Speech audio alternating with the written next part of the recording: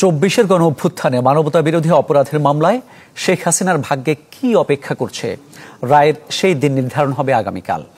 বিচারপতি গোলাম মর্তুজা মজুমদারের নেতৃত্বাধীন ৩ সদস্যের আন্তর্জাতিক অপরাধ ট্রাইব্যুনাল ১ আলোচিত এই মামলার দিনক্ষণ ঠিক করবেন। প্রসিকিউশনের অভিযোগ, বিচার বানচালে দেশে বিদেশে অপচেষ্টা চালাচ্ছে আওয়ামী লীগ।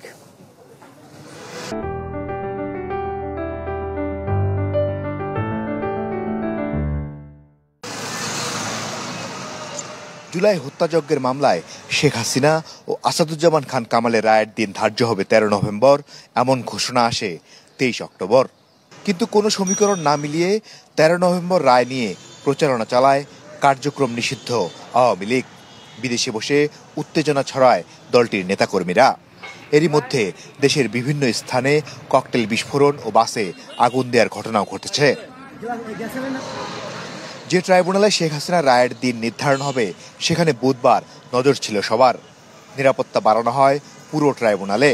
প্রসিকিউশন বলছে, বিচার সঠিকভাবে হচ্ছে না বলে জাতিসংঘে যে অভিযোগ দেওয়া হয়েছে, একজন পলাতক আসামি হিসেবে তা নিয়ে কথা বলার সুযোগ নেই শেখ হাসিনার। তাদের তৈরি করা আইন এবং অনুপস্থিতিতে কিভাবে বিচার চলবে, সেই প্রক্রিয়াটা তারাই তৈরি করেছে। তো সেইখানে সেই প্রক্রিয়া অনুসরণ করে বিচার কার্যক্রম পরিচালিত হচ্ছে।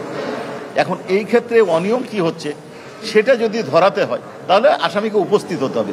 উপস্থিত হয়ে আবেদন করে বলতে হবে যে এইখানে এই অনিয়ম হচ্ছে, এখানে এই অনিয়ম হচ্ছে, এখানে অনিয়ম। পলাতক আসামি পক্ষে অন্য কোনো ব্যক্তির কোনো কথা বলার সুযোগ নাই। বৃহস্পতিবার রায়ের দিন ধার্য হবে জানিয়ে এই প্রসিকিউটর বলেন, শেখ হাসিনার সর্বোচ্চ শাস্তি চান তারা। আমরা তো ট্রাইব্যুনালে যুক্তিতর্ক উপস্থাপনকালে অনারেবল অ্যাটর্নি জেনারেল, আমাদের লার্নেড চিফ প্রসিকিউটর এবং আমি এবং আমাদের আরেকজন প্রসিকিউটর যারা আর্গুমেন্ট করেছি, সকলেই সর্বোচ্চ শাস্তি দাবি করেছে। রাজশাহী সাবেক আইজিপি চৌধুরী মামুনের মুক্তি হবে কিনা সে সিদ্ধান্ত নেবেন ট্রাইব্যুনাল। এদিকে বিচার বানচাল করতে আওয়ামী লীগ দেশে বিদেশে অপচেষ্টা চালাচ্ছে বলেও অভিযোগ করে প্রসিকিউশন। মাসুদুর রহমান, চ্যানেল 24, ঢাকা।